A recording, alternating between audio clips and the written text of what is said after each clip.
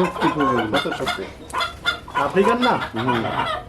না, জাপানের। জাপানের? জাপানের এটা কি পাখি? এটা হলো যে রিংনেক ফিজেন্ট বলে, জাপানের একটা জাত, পাখি জাত আর কি। আমরা সাধারণত মুরগি খেতে খেতে তো বোরিং হয়ে গেছি, মানে জন্মের পর থেকে মুরগি খাচ্ছি, এই জন্য একটু ভিন্ন টাইপের আইটেমে গেলাম। যেটা এটা কিন্তু আপনার মুরগির মতন ওয়েট হয়, প্রায় 2 কেজি প্লাস ওয়েট হয়ে থাকে।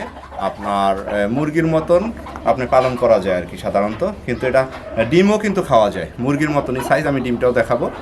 এই জন্য আর কি চাচ্ছি যে সবাই তো মুরগি খাচ্ছে, এখন যারা মুরগি পছন্দ করে না, বিকল্প মানে পাখির স্বাদটাও নিতে পারলো আর কি, ঘরোয়া পরিবেশে পালন করে, যে আপনারা এটার মাংসটা খাইতে পারেন। একটা জবাই করলে মোটামুটি আপনার 2-2.5 কেজির মতন মাংস হয়।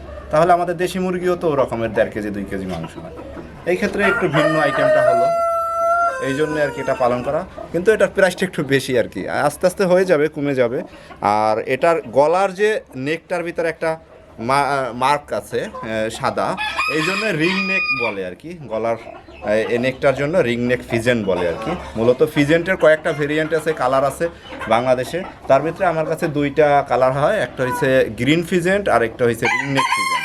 আর সাধারণত ইয়েলো ফিজেন্ট হয়, তারপর গোল্ডেন ফিজেন্ট হয়, তারপরে আপনার সিলভার ফিজেন্ট হয়, লেডি ফিজেন্ট হয়। ফিজেন্টের কয়েকটা ভেরিয়েন্ট আছে আর কি, বাংলাদেশেই পাওয়া যায়। তার ভিতরে সবচেয়ে দাম কম হয়েছে যে এটা, আর ওগুলো আপনার ডিম বাচ্চা একটু কম করে বাংলাদেশে।